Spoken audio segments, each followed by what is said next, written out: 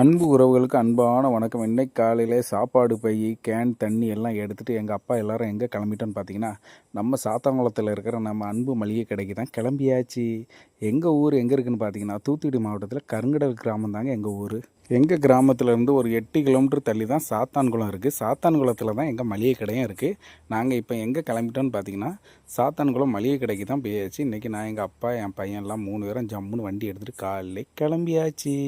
காலையிலே 10 மணிக்கு அடிக்கிற வெயிலில் ஜம்முன்னு கிளம்பியாச்சு. பார்க்குறதுக்கு எப்படி நண்பகல் 12 மணி மாதிரியே இருக்கா. வெயில் போட்டு கொள்ளுன்னு கொள்ளுதப்பா. 10 லிட்டரு தண்ணி குடித்தாலும் 10 நிமிஷத்தில் வத்திரம் போல் அந்த மாதிரி வெயில் அடிக்குது. இதான் நம்ம சாத்தான்குளம் வெள்ளைப்பாலம் அப்படின்னு சொல்லுவாங்க. வேறு லெவலில் சூப்பராக இருக்கும். இதுக்கு முன்னாடி ஒரு தரப்பாலம் இருந்து ஒரு செம மொக்கையாக இருக்கும். சின்ன மழை பெஞ்சாலே நம்ம ஊருக்கு வர்றது ரொம்ப கஷ்டமாக இருக்கும். இப்போ பரவாயில்ல, பாலம் போட்ட பிறகு எந்த பிரச்சனையும் இல்லை.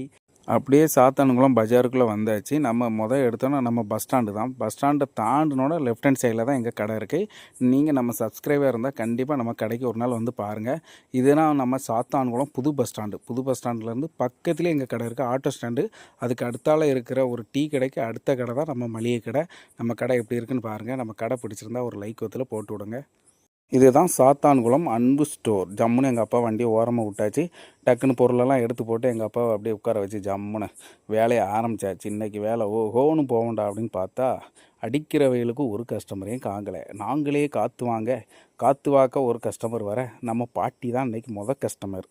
எங்கள் அப்பா பில் போட நான் அந்த பாட்டி பொருளெல்லாம் சொல்ல டக்குன்னு எடுத்து வச்சுட்டு இன்றைக்கி பொருள் ஜம்முன்னு சிறப்பாக பண்ணியாச்சு. நம்ம இருந்தாலும் நம்ம பழைய ஸ்டைலில் ஒரு பார்சலை கட்டு மாப்பிள்ள அப்படிங்கிற பழைய ஞாபகம் வருது அப்படிங்கிற மாதிரி ஜம்முன்னு பார்சல்லாம் பேப்பரில் கட்டுறது வேறு லெவலில் இருக்கும்.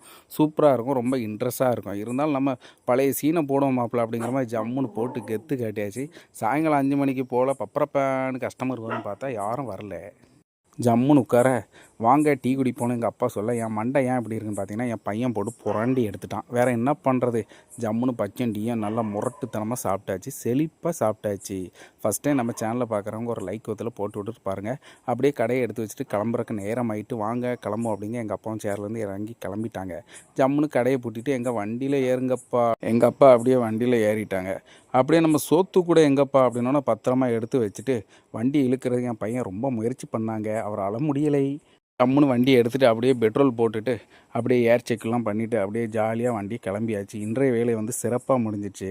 ஃபஸ்ட்டே நம்ம சேனலில் பார்க்குறவங்க அப்படியே சப்ஸ்கிரைப் பண்ணிவிட்டு நம்ம சேனலுக்கு வீடியோக்கு ஒரு லைக் ஒத்தில் போட்டு விடுங்க. ஓகேவா?